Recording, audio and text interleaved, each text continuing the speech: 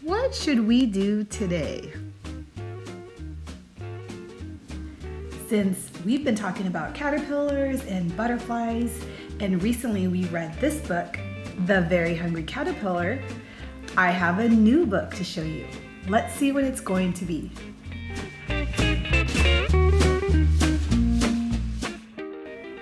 The Life of a Butterfly by Robin Bernard. This book is going to tell us all about the life of a butterfly. Let's see what it's about. What do you see on this milkweed leaf? It looks like a little jelly bean.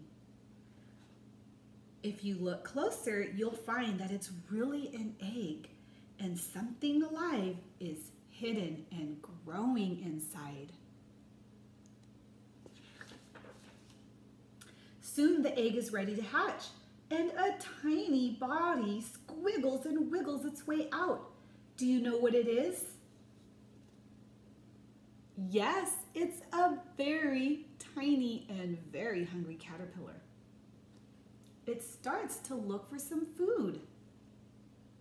Right away, the caterpillar is ready to eat, and it starts to nibble on the leaves.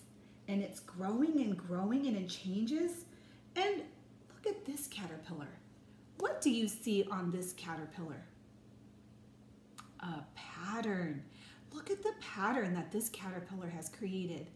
Black, yellow, white, black, yellow, white, black, yellow, white.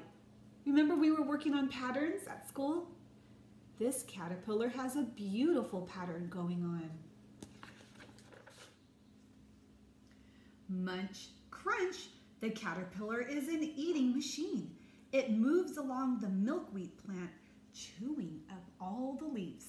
Did you know that the mama butterfly lays her eggs only on the milkweed plant?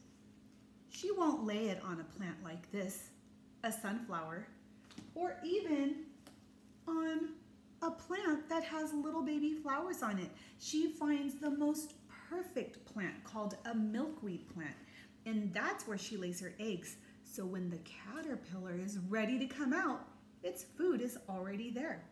Here's a milkweed plant. Can you see it? It's a very special plant. Maybe one day you can try to go find one. When it's about 10 days old, the caterpillar stops eating and it looks for a safe place to rest. Oh, look what it does. It's hanging upside down. The caterpillar hangs its body upside down on a leaf, and then something amazing starts to happen. It begins to change shape. Look, it goes from hanging upside down. That looks kind of like a letter.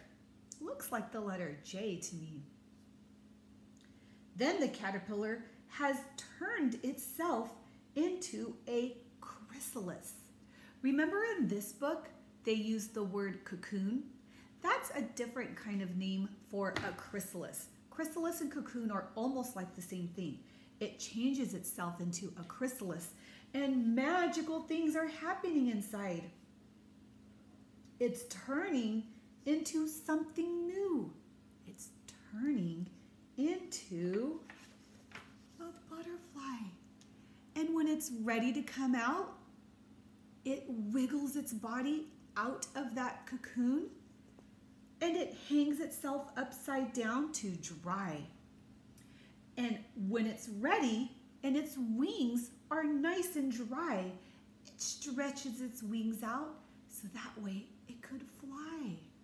You see that?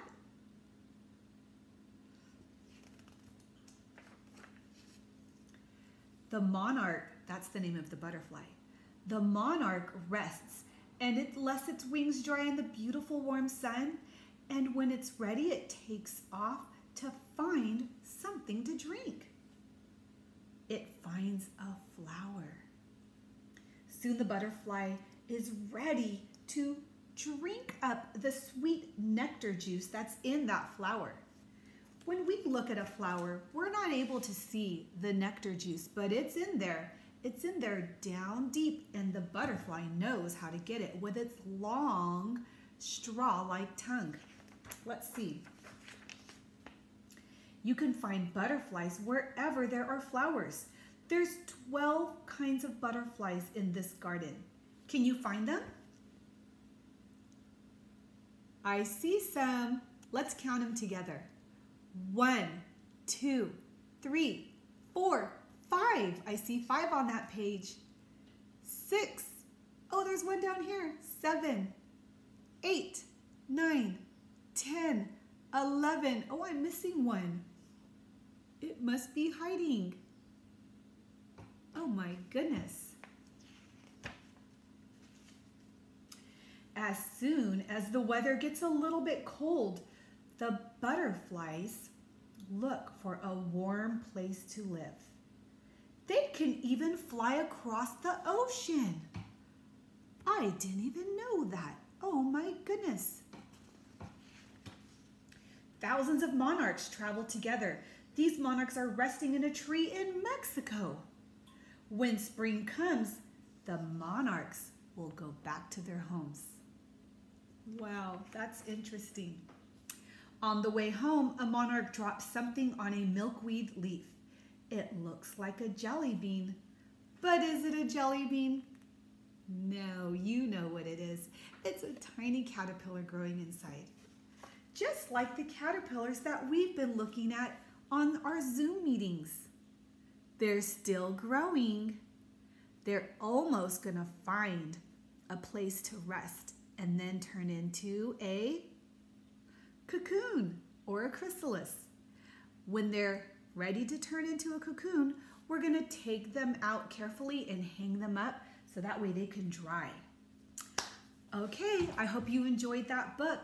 I have an activity for you to do. So your homework for this week is to go on a bug hunt.